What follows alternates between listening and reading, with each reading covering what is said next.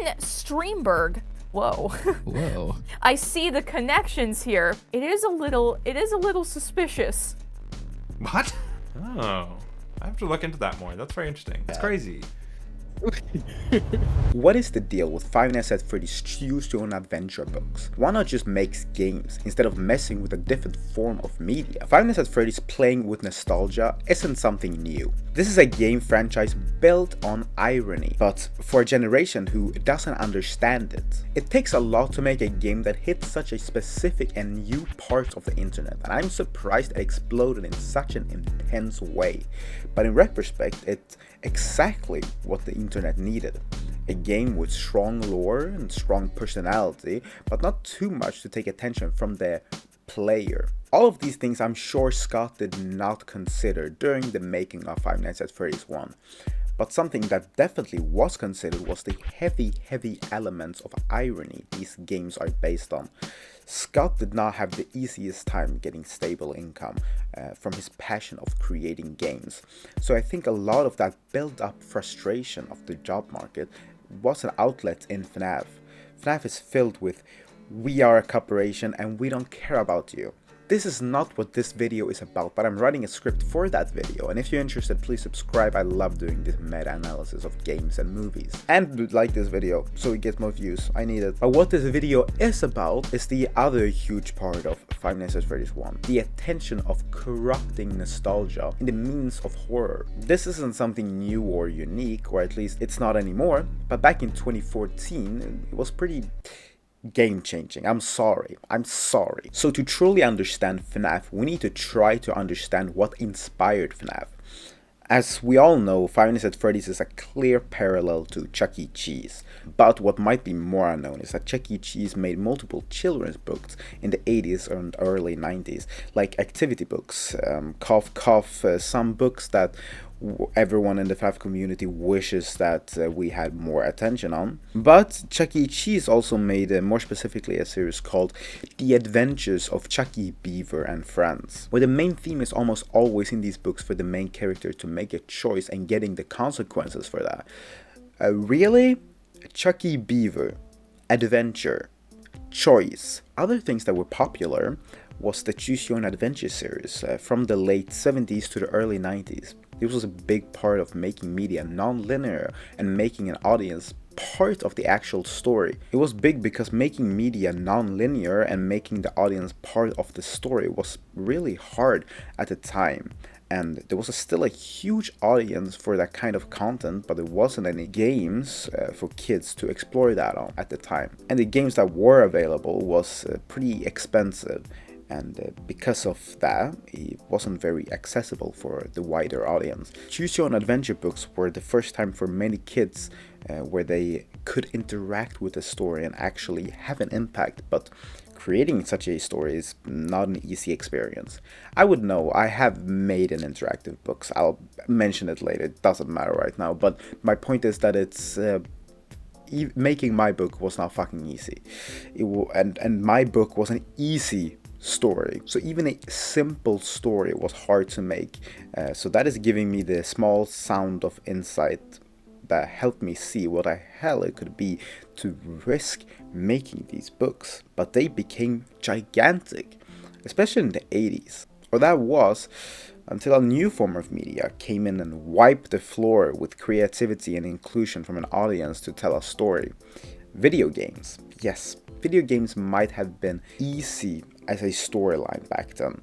Crazy gorilla steals girls and I have to rescue her. Am I the only one thinking of that shit Pixel movie? Never. Or like Qbert. Like the fuck is that game even about? You have a limited time to exit a map in an empty void or of cubes. Is that what it takes to be called an interactive story? To just be interactive? What about the second part?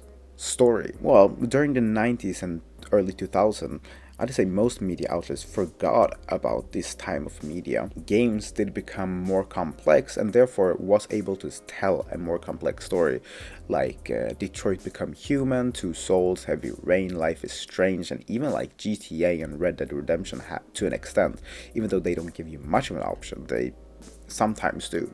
But that is still games. No real effort was put into making interactive media. Games won that fight. So if you want an interactive story, you went to games. That was the case until around 2017, when Netflix introduced a completely new form of media to an untapped market: interactive. I know it's confusing when everything is called the same thing, but I don't know what you want me to do about it. The most popular example of this was Black Mirror's Bandersnatch, released in December of 2018. They released this type of content until 2023, but last year, 2025, they removed all of it. No other big company since then have decided to try to compete with Netflix as far as this video is written. But I feel like the world of streaming could be changed depending on the weather, so I don't know, we'll see.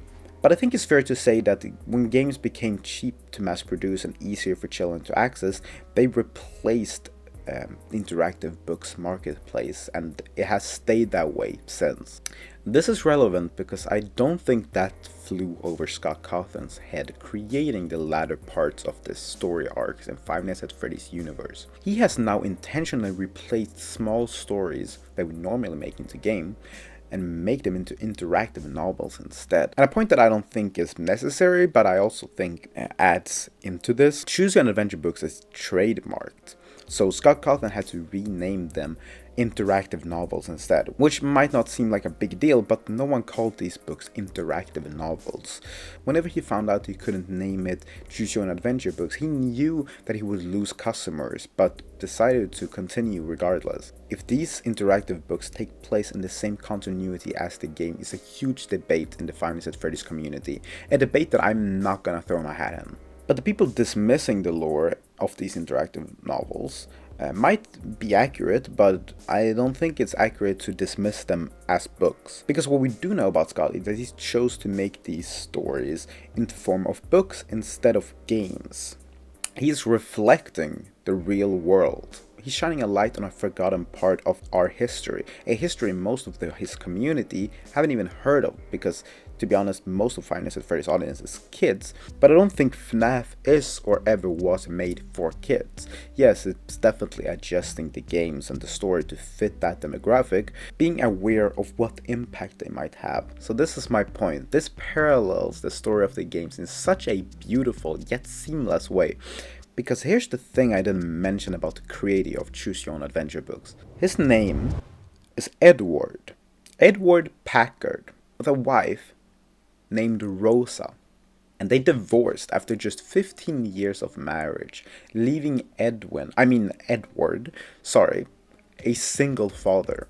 And his most famous grandson, named David, who is, by the way, the new Superman. My girlfriend said that this looks like a sperm swimming, and I love how accurate that is. Wow. Okay.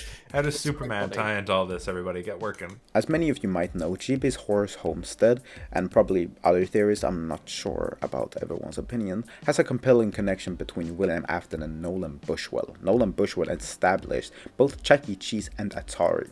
Yeah, like the game company. So that makes total sense why Chuck E. Cheese is filled with arcade machines.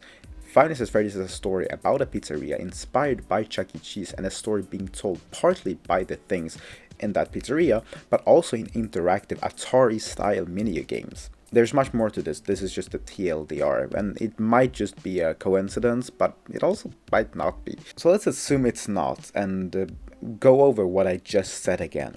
Edward, a single father with a relative after him called David, made books.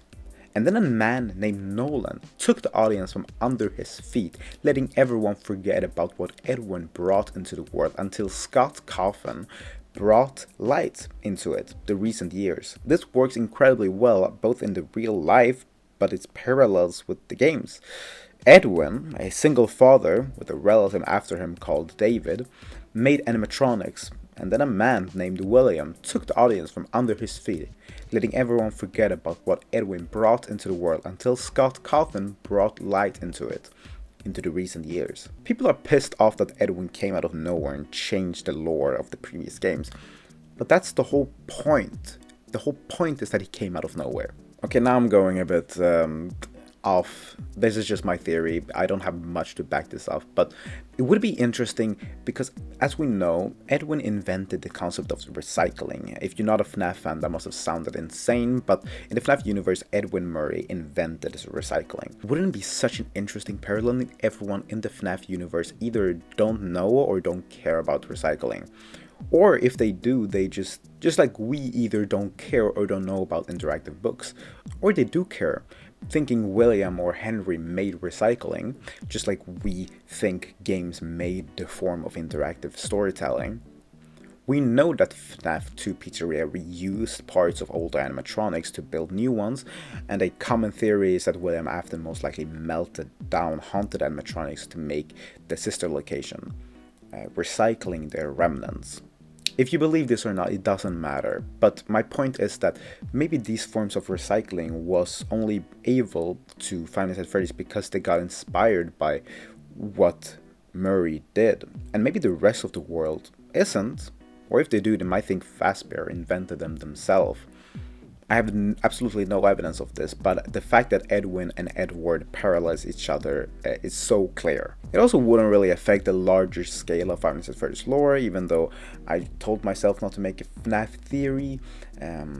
There's plenty of channels dedicated to that. I just couldn't help myself in this video. But I am more into these retrospective and meta-analysis. If you want to watch a full video like this with a bit of editing in the background, then click the video that is on screen right now. This has been a video made by me. That includes writing, editing, 3D animation, and music production. Thank you for watching all the way to the end. If you enjoyed this video, I'm sure this video on screen will also interest you. It's one of my other FNAF videos. One of them should be on the screen right now, so just pop off Queen and click on them.